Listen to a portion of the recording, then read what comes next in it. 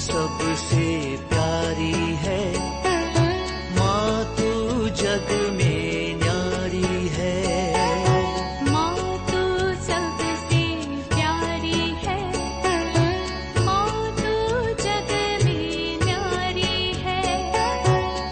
अपने आंचल में रखना, अपने आंचल में रखना, हमें वरदानों से भरना। माँ तू सबसे प्यारी है, माँ तू जग में न्यारी है। माँ तू सबसे प्यारी है, माँ तू जग में न्यारी है।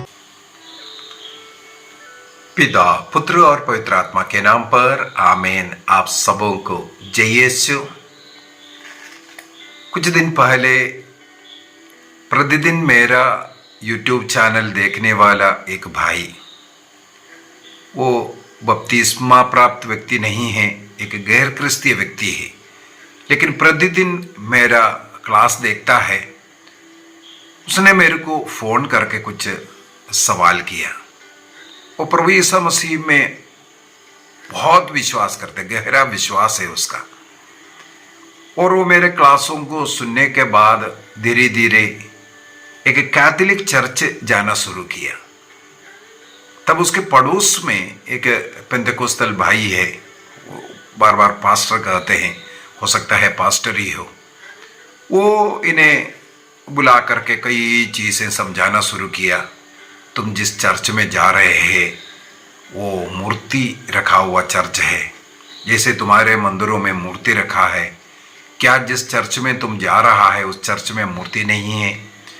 इस प्रकार के अनेकों बातें बोल करके और बाइबल से ऐसे ऐसे वचनों को निकाल करके इसको डाउट में डाल दिया। ये जो बोल रहा है वो भी सही है, और मेरे क्लास के अंदर बार बार मैं बोल करके दे रहा हूं, वो सुन करके उसमें भी उसको विश्वास है। इसलिए वो भाई ने मेरे से इसी के विषय में सवाल करना शुरू किया। क्षमा मांगते हुए मेरे से पूछ रहा था, मैं कुछ सवाल करूंगा तो आपको खराब तो नहीं लगेगा ऐसा करके। मैंने बोला नहीं, पूछते रहो। यही पूछना शुरू किया। मैं आपके जो वचनों को सुनता हूँ, सुन करके मैं एक कैथोलिक चर्च में गया प्रार्थना करने के लिए और जाना शुरू किया। मुझे अच्छा लग रहा था, लेकिन मेरे पड़ोसी को ये पता चला, वो मुझे बुला करके ऐसे ऐसे कहते हैं। तो मेरे मन में भी ये सवाल उठा है, कैथोलिक चर्च में ये मूर्तियाँ क्यों रखा है? उन मूर्तियों से दूर हटने के लिए, एकमात्र ईश्वर की पूजा करने के लिए, आराधना करने के लिए मेरे मन में उत्साह आया। इसलिए मैं चर्च जाना शुरू किया और वहां पर भी तो मूर्तियां रखें। बहुत अच्छा सवाल, मुझे बहुत अच्छा लगा। मैंने फिर से मेरे इस YouTube चैनल के अंदर मूर्तियों के विषय में अनेकों क्लास है। मैंने उस बेटे को मूर्तियों के उन क्लास को और कैथोलिक चर्च के जो प्लेलिस्ट में है उसको सब डाल करके दिए। मैंने बोला धीरे से तुम देखना, क्योंकि मैं थोड़ा सा आपको बताने से आपको समझ में आना ज़रूरी नहीं है, क्योंकि विश्वास में आप पहली बार आ रहा है। जो भी व्यक्ति कुछ भी बोलेगा, मैं भी कुछ बोल करके दूंगा, आपको वही अच्छा ही लगेगा। उसी समय पर दूसरा आकर के आपके बगल में बिठाया, बाइबल खोल करके दिखाया, इसके बाद बोलेगा देखो यहाँ ये लिखा हुआ है, आप वो सत्य मानेगा। इसी वजह से ऐसा आपको भ्रमित करना नहीं चाहते हैं। धीरे धीरे आप समझना शुरू कीजिए। कैथोलिक चर्च के अंदर यदि मूर्तियां रखा है, उसके पीछे क्या कारण है, किस लिए रखा है, इसको भी समझने की जरूरत है। आप पूरे बाइबल को एक साइड से पढ़ करके जाना। बाइबल में कहीं भी मूर्ति बनाना पाप है या मूर्ति गलत है करके कहीं लिखा है? कहीं ऐसा आपका वचन दिखेगा ये मूर्ति रखा है, उसके सामने तुम दंडवत किया, वो अपराध है। इसलिए सबसे पहले मैं एक बात बताना चाहूंगा, क्रिस्तीय विश्वास में मूर्ति पूजा सबसे बड़ा पाप है। वो पहली आज्ञा का उल्लंघन है। मूर्ति पूजा करने वाला स्वर्ग नहीं जा सकता। मूर्ति पूजा क्रिस्तियों के लिए सबसे बड़ा पाप है। क्यों पाप है? मूर्ति पूजा का मतलब क्या है? मूर्ति पूजा का मतलब मूर्ति बनाकर रखा या मूर्ति आपके घर में रखा, ये नहीं है। आपके घर में टेबल है, कुर्सी है या अन्य कोई उपकरण है, वो इसलिए नहीं रखा है कि आप उसकी पूजा कर रहा हो। आप उसकी पूजा तो नहीं कर रहे हैं। आपके घर के अंदर अनेकों ऐसा वस्तुएं हैं, लेकिन आप उसकी पूजा नहीं करते हैं, लेकिन उसके उपयोग कर रहा है। आपके घर में हो सकता है, अगर आप कहीं विजिट के लिए गया, वहां का कोई तस्वीर उठा करके आया, तस्वीर आपने फोटो खींचा या तस्वीर खरीद करके आया, कोई सीनरी हो सकता है, इस प्रकार की चीजें आप उसको रखा उसकी पूजा करने के लिए नहीं। आप जिस जगह पर गया उस जगह का फोटो इसलिए लिया, बाद में उस फोटो देखेगा तो आपको उस जगह का याद आता है। उदाहरण के लिए, मैं जब होलीलैंड गया, होलीलैंड का मेरे विचार में मैंने 42 क्लास हमारे इस YouTube चैनल में डाला। तो होलीलैंड गया, वहां का तस्वीर मैंने लिया, वहां का वीडियोस लिया। आज उस वीडियो को देखने में मुझे उस सब कुछ नजर आता है। जब उस समय पर वहां गया था, वो सब याद आता है। और दूसरी बात मैं एक और बताऊं, इस प्रकार गहराई से मैंने उसको पढ़ाई कर करके तस्वीरें लिया और वीडियोस बनाया और उसको YouTube में अपलोड भी किया।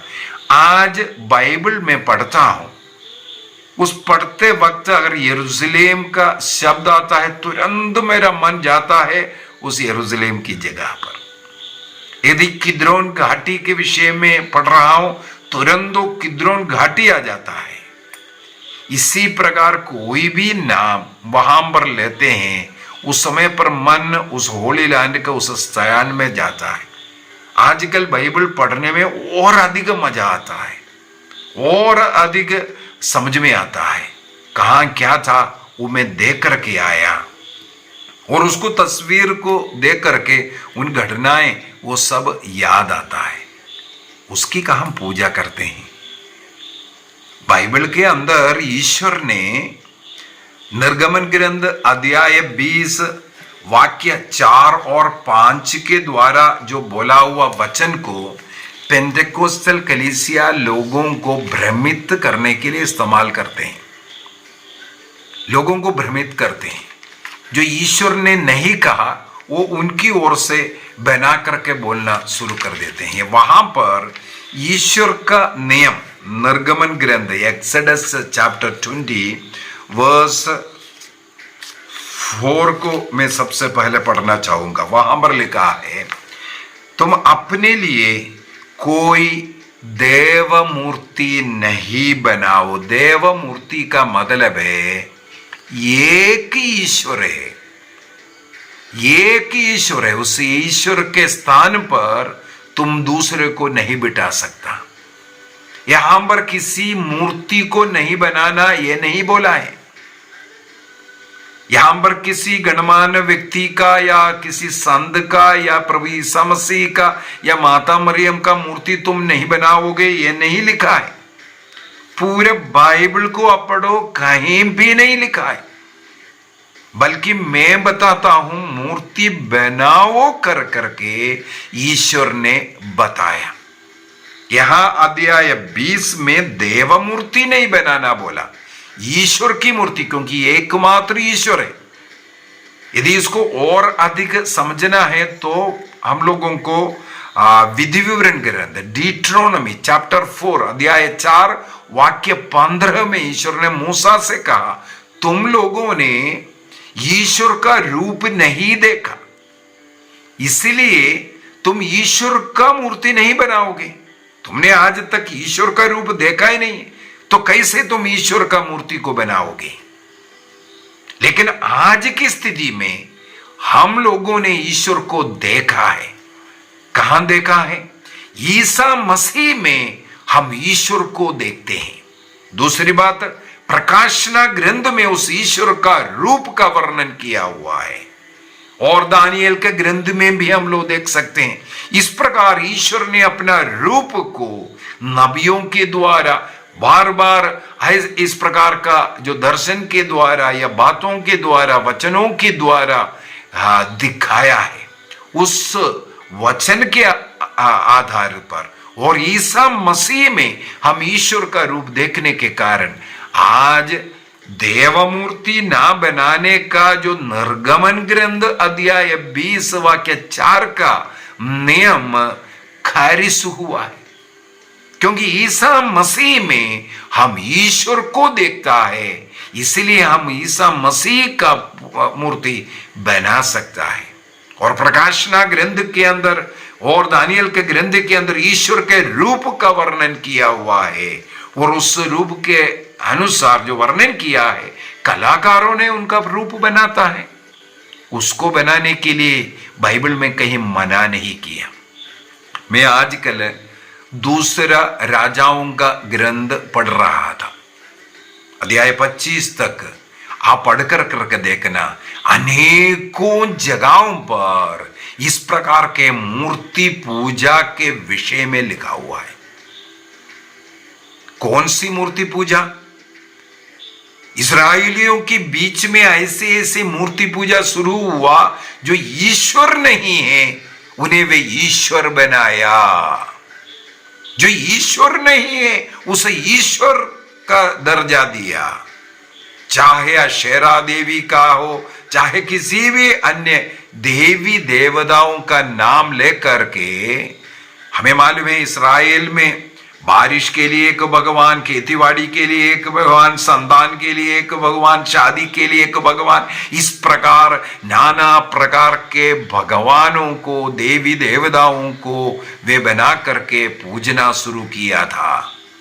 पूरे बाइबल को पढ़ो, इस प्रकार जो ईश्वर नहीं है, बाल देवता कोई ईश्वर नहीं है, उसे ईश्वर मान करके पूजा करना, उनका मंदिर बना करके उनकी आराधना करना, यह बाइबल के अंदर मना किया है।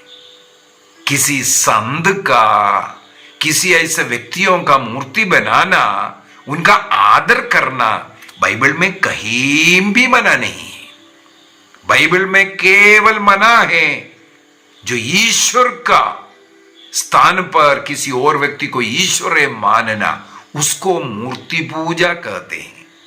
उसके लिए मूर्ति भी बनाना जरूरी नहीं है, मूर्ति बनाना जरूरी नहीं है, मूर्ति पूजा के लिए मूर्ति बनाना जरूरी नहीं है।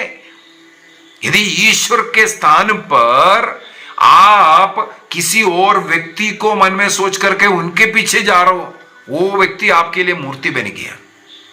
यदि आप नौकरी के लिए, पैसा के लिए ईश्वर को त्याग रहा है, ईश्वर से बढ़ करके, प्रार्थना से बढ़ करके आपका नौकरी है, इसलिए आप चर्च नहीं जा रहा है, आपका नौकरी आपके लिए मूर्ति बना है। आप अपने जीवन में पहला स्थान जिसको दिया वो है ईश्वर। यदि वो स्थान अपने बच्चों के लिए, अपने जीवन साथी के लिए, अपने नौकरी के लिए, खेतीबाड़ी के लिए, किसी के लिए भी आपने दिया, वो आपके लिए मूर्ति बन गया। उसका मूर्ति बनाकर रखना जरूरी नहीं है।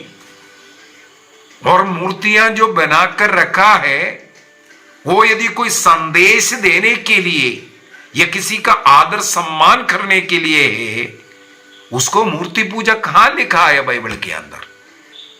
उदाहरण के लिए निर्गमन अध्याय 20 में मूर्ति नहीं बनाना, चित्र तक नहीं बनाओगे, वाक्य 5 में निर्गमन अध्याय 20 वाक्य 5, एक्सोडस चैप्टर 20 वर्स 5 में चित्र तक नहीं बनाओगे, अर्थात हमारा फोटो तक नहीं खींच सकता, किसी का ड्राइंग नहीं कर सकता, वो भी मना किया है।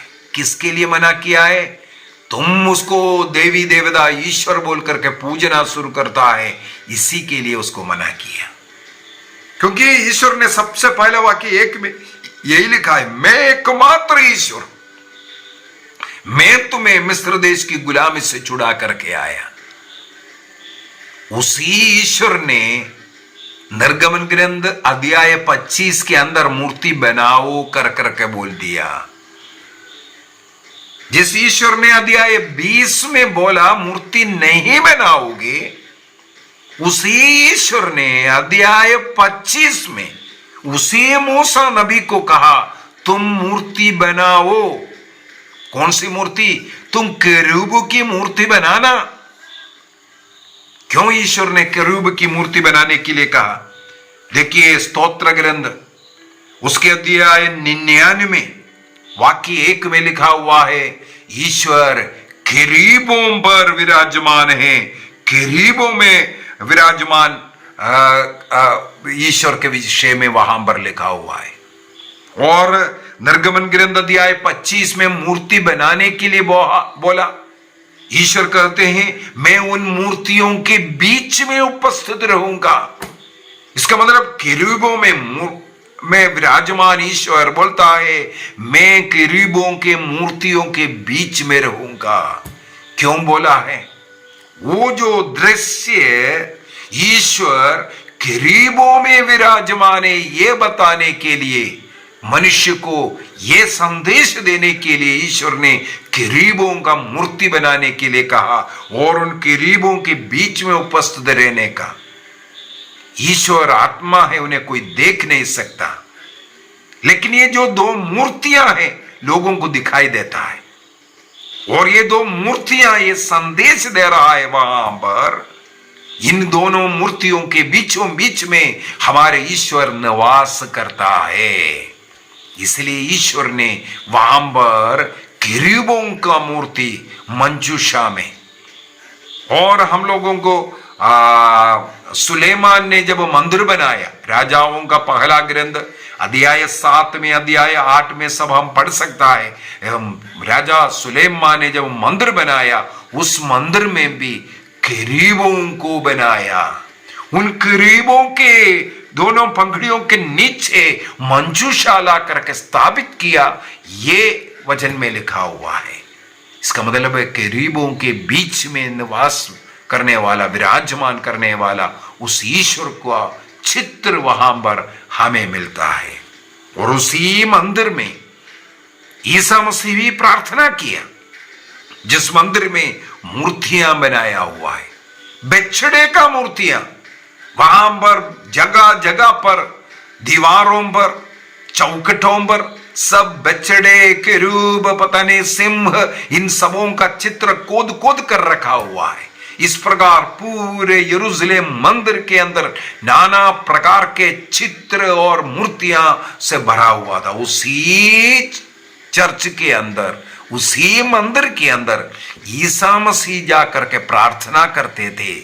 कभी ईसा मसीह ने इस मंदिर को गिरा दो या मंदिर से मूर्तियां हटाओ करके कहा? वहां पर वो चित्र, वो केरूब, वो सब कुछ संदेश देता है, कोई उसका पूजा नहीं करता है। बछड़े क्यों रखवाया? बछड़े का चित्र क्यों खोद कर रखा? लकड़ियों में या कांसों में या अन्य धातुओं में क्यों उसको बनाया? क्योंकि वो बछड़ा एक बहुत बड़ा संदेश दे रहा था। निर्गमन ग्रंथ उसके अध्याय 32 को यदि हम लोग पढ़ेंगे, एक्सोडस चैप्टर 32, वहां पर मूसा नबी ईश्वर के पास गया हुआ था, ईश्वर से बातें कर रहे, वहां से नियम लिख कर ले रहा है। नीचे पहाड़ के नीचे इस्राएली लोग तंबू में रह रहा है। उन लोग हारून से पूछने लगे वो मूसा कहां गया? वो हो सकता है वहां जाकर के मर गया होगा, और हमें आगे कौन लेकर के जाएगा? और वो ईश्वर कहां है? तब हारून ने एक बहुत बड़ा गलती की है। तुम्हारे पत्नियों, अपने पुत्रों और पुत्रियों के कानों से सोना के बालियां उतार करके मेरे पास लेके आओ। सोना मंगाया, सोना मिला, उसको आग के भट्टी में डाल करके उन्होंने एक बछड़ा बनाया। उस बछड़े को लोग देख करके क्या चिल्ला उठा? वाक्य 4 बोल देता। वाक्य 4, एक्सोडस चैप्टर 32 वर्स 4, निर्गमन ग्रंथ अध्याय 32 वाक्य 4 में लिखा है, तब लोग यह कहने लगे, क्या कहने लगे? इस्राएल, यही तुम्हारा वह देवता है जो तुमको मिस्र देश से निकाल लाया। यहां पर लोगों ने गलती किया, उस बछड़े को ईश्वर मानने लगा। इसके बाद हारून ने घोषित किया, कल प्रभु के लिए एक उत्सव मनाया जाएगा। वाह, उनके लिए सोने का बछड़ा ईश्वर के रूप में मिल गया और उसका उत्सव मनाने का निर्णय किया। लोग अगले दिन बड़े सवेरे उड़ करके बलि चढ़ाना शुरू किया, होम बलियां, शांति बलियां अर्पित किया। इसके बाद खाना पीना, नाचना शुरू किया। तब ईश्वर को आया गुस्सा। वाक्य 7 को और मजबूत वचन, वाक्य 7 में हम लोग पढ़ते हैं, प्रभु ने उस समय पर मूसा से कहा है, पर्वत से उतरो, क्योंकि घाटी में लोग आज अन्य देवी देवताओं का, बछड़े का पूजा करना शुरू किया। बछड़े को ईश्वर बनाया। इसलिए कहते हैं पर्वत से उतरो, क्योंकि तुम्हारी प्रजा। यदि अध्याय 19 को पढ़ेंगे तब प्रभु ने बोला ये मेरी प्रजा है। लेकिन अब ये प्रजा ईश्वर से, सत्य ईश्वर से जोड़ करके बछड़े का पूजा करना शुरू किया, मूर्ति पूजा बन गया। तब ईश्वर बोलता है तुम्हारी प्रजा, मेरी प्रजा नहीं है। ईश्वर की प्रजा कभी मूर्ति पूजा नहीं करेगा, क्योंकि वो ईश्वर के विरुद्ध सबसे बड़ा पाप है। ईश्वर निंदा का पाप जो स्वर्ग नहीं जा सकता। मूर्ति पूजा इतना बड़ा पाप है। तो यहां पर प्रभु बोलता है ये तुम्हारी प्रजा है। वही बछड़े को, सोने का बछड़ा बना करके उसको ईश्वर बनाया। यही मेरा प्रभु है, यही हम लोगों को मिस्र देश की गुलामी से लेकर के आया बोल करके उसकी पूजा, उसके सामने दंडवत करना, नाचना, गाना और बलि अर्पित करना शुरू किया। उसी बछड़े को आज हम लोग यरूशलेम मंदिर में देख रहा है। क्या कारण है? जिस मंदिर में ईसा मसीह भी जाकर के प्रार्थना किया, उस मंदिर में रखा हुआ वो बछड़ा पूजा करने के लिए नहीं, बल्कि ये याद दिलाता है इस्राएलियों ने इसी बछड़े को बना करके पाप किया, इसलिए अनेकों का मृत्यु हुआ, इसलिए ईश्वर नाराज हुआ। ये बताने के लिए संदेश देता है, इसके द्वारा तुम नष्ट नहीं होना। तो इसका मतलब मूर्ति कुछ संदेश देता है। जैसे केरूब संदेश दिया, केरूब की मूर्ति था, वो एक संदेश दिया। क्या संदेश दिया? ईश्वर केरूबों में विराजमान है, मूर्तियों पर नहीं। केरूब माने स्वर्गदूत, स्वर्गदूतों में विराजमान है वो। उन केरूबों का चित्र या मूर्ति उसकी पूजा करने के लिए नहीं होता है। और इस्राएली लोग, पुरोहित लोग, मूसा नबी, हारून, सबके सब उस केरूब के सामने दंडवत कर ईश्वर की आराधना करता था, केरूब की नहीं, केरूब की नहीं। क्योंकि केरूब के बीच में विराजमान उस ईश्वर की आराधना करने के लिए इस्राएल उसके सामने दंडवत करते थे। यदि अज्ञानी लोग देखेगा तो क्या बोलेगा? देखो ये मूर्ति पूजा कर रहा है। पेंटेकोस्टल कलीसिया को यही गलती हुआ।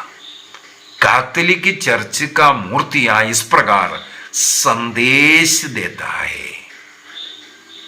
और गणना ग्रंथ अध्याय 21 के अंदर इससे भी बढ़कर के एक और मूर्ति बनाने के लिए ईश्वर ने कहा। वो किस चीज का है? वो है सांब का। गणना ग्रंथ 21 में हम लोग पढ़ते हैं, इस्राएली लोग ईश्वर के विरुद्ध में, मूसा के विरुद्ध में बुनबुनाने लगे। हमें इस स्थान पर निर्जन प्रदेश में लाकर के हमें भूख को मार रहा है, पानी नहीं है, हम प्यासे हैं, हमें खाना नहीं है, ये नहीं है, वो नहीं है, बोलकर के ईश्वर के विरुद्ध में बुनबुनाने वाले लोग। ईश्वर इस प्रकार अपने बच्चे जैसे बाहों में लेकर के उन्हें घूम रहा है, लेकिन ईश्वर का निंदा करने वाले एक समुदाय वहां उत्पन्न होता है। ईश्वर को अच्छा नहीं लगा, इसलिए ईश्वर ने इस्राएली लोगों के बीच में विषैले सांबों को भेजता है, और वो सांब उन्हें काटने लगे, डसने लगे। सांब डसने के कारण अनेकों लोग मरने लगे। तब लोगों को होश आया, हमने ईश्वर के विरुद्ध बुनबुनाया, इसलिए ईश्वर ने हमारे बीच में विषैले सांब भेजा और हम इसलिए मर रहा है। तब वो छाती पीट पीट करके रोने लगे। मूसा नबी के पास जाकर के विलाप करते हुए कहते हैं, हमारे लिए प्रार्थना करो, हम ईश्वर में विश्वास करते हैं। तब मूसा नबी इनके दुख देख करके, इनका अनुरोध सुनकर ईश्वर से प्रार्थना करते हैं। वाक्य 8 में, गणना ग्रंथ 21:8, नंबर्स चैप्टर 21:8 में हम लोग पढ़ते हैं, तब ईश्वर ने मूसा नबी से कहा, कांसे का एक सांब बनाओ। क्या वो मूर्ति नहीं है? ईश्वर ने मूसा नबी से कहते हैं, कांसे के अभी एक सांब बनाओ। इसके बाद क्या करना? एक डंडे पर इस कांसे का सांब को बांध करके शिविर के बीचों बीच में रखो। यदि कोई सांब द्वारा काटेगा, इस कांसे के सांब की ओर देखना, जिससे तुम चंगाई प्राप्त करेगा। इस्राएली लोग यही करने लगे। जब कभी सांब काटने लगे, ये कांसे का सांब की ओर देखने लगे। वे लोग नहीं मरता था। जो लोग कांसे के सांब की ओर, उस मूर्ति की ओर नहीं देखा, वे अवश्य मरा है। कांसे के सांब एक मूर्ति है। आगे चलकर के हमें मिलता है उस कांसे का सांब जिसे मूसा नबी ने बनाया। इस्राएली लोग कनान देश पहुंचकर उसके लिए एक मंदिर बनाया और उसको वहां पर स्थापित किया। उस कांसे के सांब के सामने दंडवत करने, आराधना करना शुरू किया। उनके लिए वो ईश्वर बना। वहां पर ये पाप हुआ। उस कांसे के सांब को ईश्वर के रूप में नहीं दिया था। कई बार मैं यही सवाल करता हूं, ईश्वर ने सांब को ही हटा देना चाहिए था, उल्टा एक कांसे का सांब क्यों बना करके दिया? क्योंकि ये सांब पाप का एक प्रतीक था। इस्राएली लोगों का पाप का प्रतीक था। मनुष्यों ने पाप किया। अभी उस पाप को कौन हटा सकता है? यहां पर लिखा हुआ एक दूसरा सांब। वो सांब क्या है? प्रतीक है, एक डंडे पर लटकाया हुआ। उस समय पर इस्राएली लोगों को समझ में नहीं आया, जो आने वाला मुक्तिदाता का चिन्ह मात्र था। मनुष्य ने पाप किया। मनुष्य का पाप एक मानव पुत्र के द्वारा ही दूर होना है। वो कैसे? डंडे पर लटककर, अर्थात क्रूस पर लटककर। और वो जो क्रूस की ओर, उस मुक्तिदाता की ओर जो देखेगा, उन्हें मुक्ति मिलेगा, उन्हें जीवन मिलेगा। ये बताने का एक चित्र यहां पर मिला। उस चित्र की पूजा नहीं करना था, वो चित्र एक संदेश दे रहा था। इसलिए प्रज्ञा ग्रंथ अध्याय 16 वाक्य 6 से पढ़ेंगे, वहां पर इसका खुलासा लिखा हुआ है। Wisdom, book of wisdom chapter 16 में उस सांब के, कांसे के सांब के द्वारा नहीं, बल्कि ईश्वर जो क्रूस पर लटकने वाला उस प्रभु के द्वारा उनको चंगाई मिला था। अर्थात मेरे पाप के कारण मुझे ये जो सांब आकर के काटने लगे, मनुष्य का पाप, और उसको हरने के लिए एक मानव पुत्र उस पाप को अपने ऊपर उठाया। कांसे का सांब उस पाप को दर्शाता है। अपने ऊपर क्रूस पर उठाने वाला मानव पुत्र का चिन्ह क्रूस है, वो डंडा, उस पर उठाने वाला वो पाप, उसको देखेगा, मानव पुत्र के द्वारा हमारा मुक्ति मिलेगा, चित्र है। इसलिए कैथोलिक चर्च के अंदर क्रूस हो या क्रूस तो प्रभु का मूर्ति हो या पहाड़ी संदेश सुनाने वाला प्रभु का चित्र हो या गत्समनी में प्रार्थना करने वाला प्रभु का चित्र हो या स्वर्गारोहित प्रभु का चित्र हो या बोट में बैठ करके लोगों को सिखाने वाला प्रभु का चित्र हो, ये सब के सब बाइबल में जिस प्रकार लिखा हुआ है उसके अनुसार चित्रकार, कलाकार ने उस चित्र को बनाया, उस मूर्ति को बनाया। किस लिए? उस घटना को बता कर देने के लिए, उसकी पूजा करने के लिए नहीं है। यदि हम लोग जोशुआ का ग्रंथ, यदि हम लोग जोशुआ का ग्रंथ को पढ़ेंगे, जोशुआ का ग्रंथ उसके अध्याय 6 के अंदर, योशुआ चैप्टर 6 के पहले 6 में यरीको का दीवार गिराने के विषय में, उससे 5 में, क्योंकि वहां प्रवेश नहीं किया था, उससे पहले 5 का 14 को मैं पढ़ना चाहूंगा। वहां पर जोशुआ निकल करके यरीको शहर को देखने के लिए, उस दीवार को देखने के लिए कैसे घुसना ये सब सोच करके खड़ा था, वो देखने के लिए उसके करीब आ रहा था। तब उनको एक व्यक्ति ऐसा तलवार लेकर के खड़ा हुआ मिला। तब योशुआ उससे पूछते हैं, तुम हमारे पक्ष के हैं या हमारे दुश्मन के पक्ष के हैं? उसने उत्तर दिया, ना आपके पक्ष का ना दुश्मन का, बल्कि मैं स्वर्ग से आया हूं।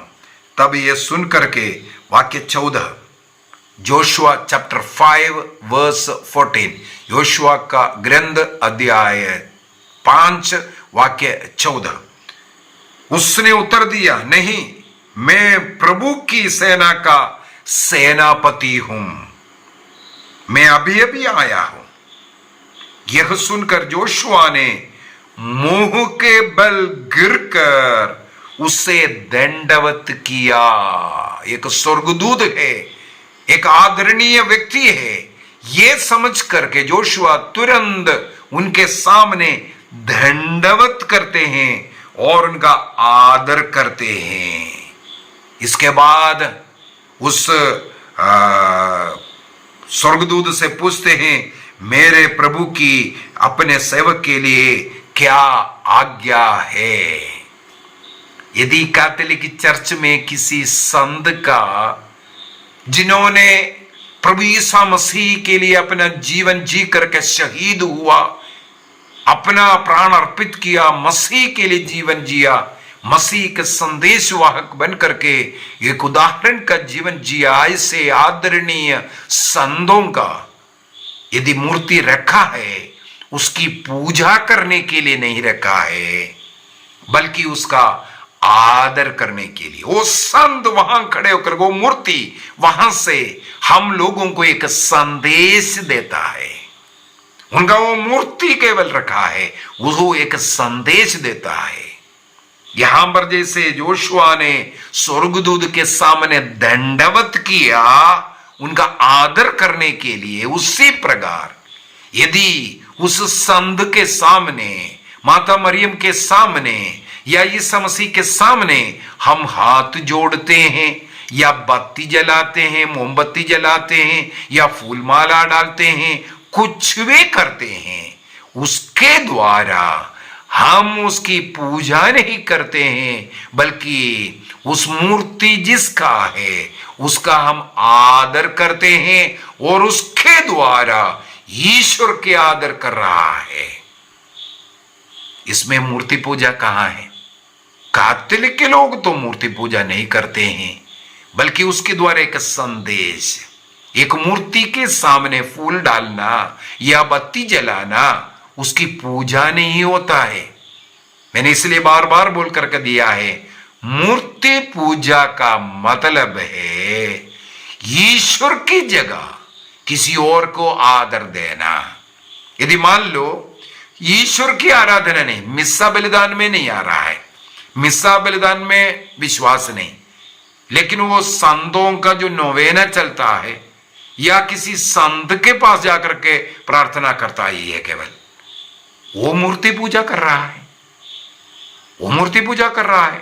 कैथोलिक चर्च साफ साफ मना करता है, सबसे प्रथम मिस्सा बलिदान है, बाकी अन्य जितने भी प्रार्थना है सेकंड श्रेणी में रखा हुआ है। उन संतों से हम लोग यही मांग करते हैं, हमारे लिए प्रार्थना करो। ये भी एक गलत शिक्षा लोगों को पेंटेकोस्टल लोग देते हैं। कैथोलिक लोग संतों से प्रार्थना करता है, ईश्वर से नहीं। झूठी शिक्षा दे रहा है।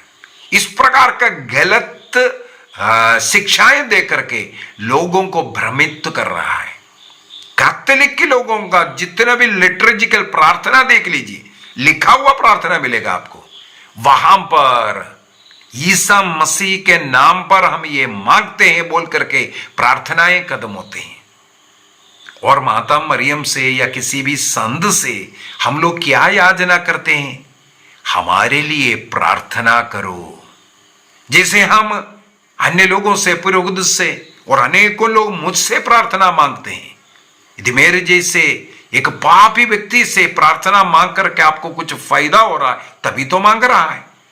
मेरी प्रार्थना आपके लिए फायदा हो रहा है तभी तो, मेरे क्लास आपको कुछ फायदा दे रहा है इसलिए तो आप मुझे सुन रहा है, अन्यथा आप क्यों सुने? यदि फायदा मुझसे मिल रहा है, माता मरियम से क्यों नहीं मिलेगा? अन्य जो संत है जो प्रभु के कार्य करते करते शहीद हुआ, उनका आदर करने के लिए बाइबल सिखाते हैं, बाइबल के अनुसार ही हमारे चर्च के अंदर मूर्तियां रखे हैं, उसकी पूजा करने के लिए नहीं बल्कि उन संतों का आदर देने के लिए। और वो संत का मूर्ति हो, चित्र हो, कुछ भी हो, वो बहुत बड़ा एक संदेश हम क्रिस्तियों को देता है और अन्य लोगों को भी देता है। इसी वजह से उन मूर्तियों को रखा है।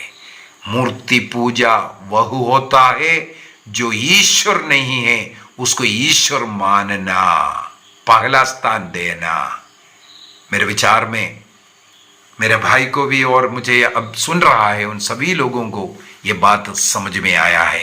कैथोलिक चर्च में मूर्तियां रखते हैं, वो पूजा के लिए नहीं, वो ईश्वर की महिमा को बखान करता है। इसलिए आइए हम अपनी आंखें बंद करें, प्रभु को धन्यवाद दें।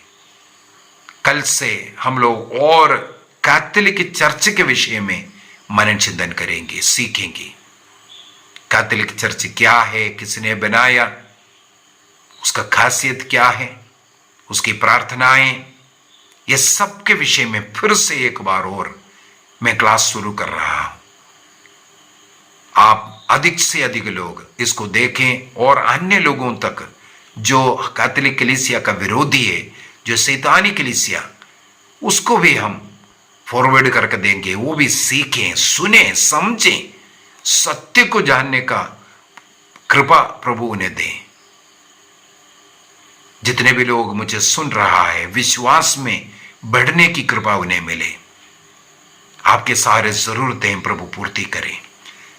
पिता, पुत्र और पवित्र आत्मा के नाम पर आमीन। आप सबों को जय यीशु।